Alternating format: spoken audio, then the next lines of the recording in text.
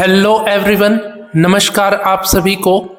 आज इस 421वें दिन के वीडियो में आप सभी का स्वागत है।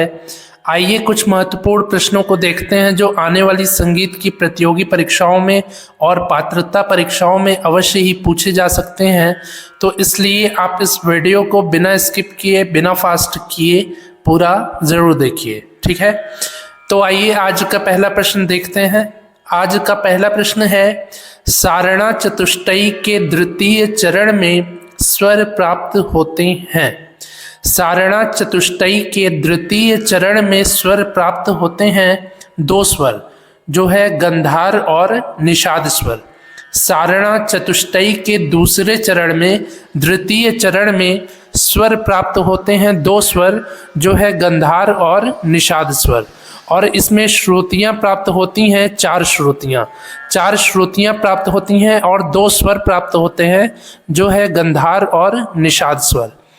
इसके बाद दूसरा प्रश्न है, सारणा चतुष्टयी के तृतीय चरण में श्रुतियाँ प्राप्त होती हैं। सारणा चतुष्टयी के तृतीय चरण में श्रुतियाँ प्राप्त होती हैं छह श्रुतियाँ तीसरे चरण में प्राप्त होती हैं और दूसरे चरण में चार श्रुतियाँ प्राप्त होती हैं। इसके बाद तीसरा प्रश्न है, सितार पर बजाई जाने वाली विलंबित गत को कहते हैं। सितार पर बजाए जाने वाली विलंबित गत को कहते हैं मसीत खानी गत। मसीत खानी गत जो है ये विलंबित गत है और इसको विलंबित ताल के साथ सितार पर वादन किया जाता है, ठीक है। तो सितार पर बजाई जाने वाली विलंबित गत है मसीत खानी गत। मसीत खानी गत के निर्माणकर्ता कौन है, इसका आंसर आप कमेंट में जरूर बताइए। इसके बाद चौथा प्रश्न है, सारंगी किस वर्ग का वाद्य है। सारंगी वाद्य है तत्वाद्य। तत् वर्ग का वाद्य है सारंगी वाद्य। और तत् और वितत में भी वितत वर्ग का वाद्य है सारंगी वाद्य, ठीक है।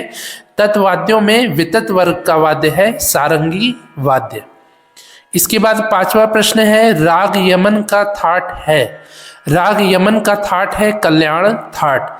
जनक थाट कल्याण से जन्मा हुआ राग है यमन राग। कल्याण थाट का राग है यमन राग, इसलिए इसको आश्रय राग भी कहते हैं, ठीक है। यमन राग को कल्याण राग आप कह सकते हैं, पर कल्याण नाम ना रखकर यमन नाम रखा गया है और इसको कल्याण थाट का आश्रय राग माना जाता है। इसके बाद अगला प्रश्न है, किस राग में दोनों मध्यम स्वर का प्रयोग ललितांग में किया जाता है। ऐसा कौन सा राग है जिसमें दोनों मध्यम स्वर का प्रयोग ललित अंग में किया जाता है। ललित अंग में मैंने बताया है कि आरोह में जैसे पहले शुद्ध मध्यम पड़ता है, बाद में तीव्र मध्यम, और अवरोह में उतरते वक्त पहले तीव्र मध्यम बाद में शुद्ध मध्यम पड़ता है। तो ऐसे ही आरोह और अवरोह क्रम में ललित राग में मध्यम स्वर का प्रयोग किया जाता है। तो ललित राग के अंग का प्रयोग, इसी अंग के प्रयोग से दूसरा कौन सा ऐसा राग है जिसमें दोनों मध्यम स्वर लगता है और दोनों मध्यम स्वर का प्रयोग जो है वो ललित अंग में किया गया है। तो ये राग है बसंत राग। बसंत राग में दोनों मध्यम स्वर का प्रयोग ललितांग में किया गया है। इसके बाद सातवां प्रश्न है, कोमल ऋषभ कोमल धैवत स्वर युक्त राग है। कोमल ऋषभ और कोमल धैवत स्वर युक्त राग है भैरव राग। भैरव राग भी भैरव थाट का आश्रय राग है, क्योंकि ये अपने ही नाम वाले थाट का आश्रय राग है। तो भैरव थाट है और भैरव राग भी है, और भैरव राग जो है ये भैरव थाट से जन्मा हुआ आश्रय राग है और इसमें ऋषभ कोमल, धैवत कोमल और सभी स्वर शुद्ध प्रयोग किए जाते हैं, ठीक है। इसके बाद अगला प्रश्न है, राग भूपाली का थाट है। राग भूपाली का थाट है कल्याण थाट। कल्याण थाट से जन्मा हुआ राग है भूपाली राग। भूपाली राग जो है ये जन्य राग है, ठीक है। 10 थाटों के नाम वाले जितने भी 10 राग हैं, बिलावल, कल्याण, खमाज, काफी, आसावरी, भैरव, भैरवी, मारवा, पूर्वी, तोड़ी, केवल यमन एक ऐसा राग है जो कल्याण थाट से जन्मा हुआ राग है, पर ये आश्रय राग है, ठीक है। और बाकी के इन 10 रागों के अलावा जितने भी राग होते हैं वो जन्य राग होते हैं, और 10 थाटों के नाम वाले जो 10 राग हैं वो आश्रय राग कहलाते हैं। तो राग भूपाली जो है ये जन्य राग है कल्याण थाट का। इसके बाद 9वां प्रश्न है, 3 ताल की 9वीं मात्रा पर होती है, 3 ताल की 9वीं मात्रा पर होती है खाली। पहली मात्रा पर पहली ताली, 5वीं मात्रा पर दूसरी ताली और 13वीं मात्रा पर तीसरी ताली पड़ती है 3 ताल में, और 9वीं मात्रा पर खाली होती है। 3 ताल जो है ये 16 मात्रा की ताल है, और इसका बोल है धा धिन धिन धा, धा धिन धिन धा, धा तिन तिन ता, ता धिन धिन धा, ठीक है। इसके बाद अगला प्रश्न है, बृहदेशी ग्रंथ के लेखक हैं। बृहदेशी ग्रंथ के लेखक हैं मतंग मुनि जी। मतंग मुनि जी रचयिता हैं, लेखक हैं बृहदेशी ग्रंथ के। इसके बाद अगला प्रश्न है, समान स्वर वाले राग हैं। कौन से ऐसे 2 राग हैं जिसमें ज़्यादातर जो स्वर हैं, स्वरूप जो है उसका मिलता जुलता है? तो ये राग हैं भूपाली राग और देशकार राग। भूपाली और देशकार ये दोनों समप्राकृतिक राग हैं एक दूसरे के, और इनके जो स्वर हैं ज़्यादातर मिलते जुलते हैं, ठीक है, आपस में। इसके बाद अगला प्रश्न है, पलुष्कर पद्धति में तार सप्तक का चिन्ह है। पलुष्कर स्वर पद्धति में तार सप्तक का चिन्ह है सभी स्वरों के ऊपर खड़ी रेखा, ठीक है। जो 7 स्वर है सारे गामा, उस पे खड़ी रेखा खींची जाती है ऊपर की तरफ, तो ये तार सप्तक के चिन्ह को दर्शाता है पलुष्कर स्वर पद्धति में। और भातखंडे स्वर पद्धति में तार सप्तक के चिन्ह के लिए प्रयोग किया जाता है स्वरों के ऊपर बिंदी।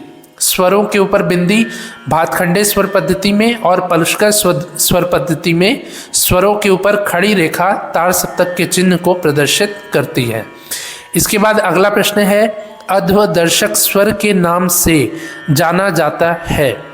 अध्वदर्शक स्वर के नाम से जाना जाता है मध्यम स्वर को। मध्यम स्वर को अध्वदर्शक स्वर के नाम से जाना जाता है।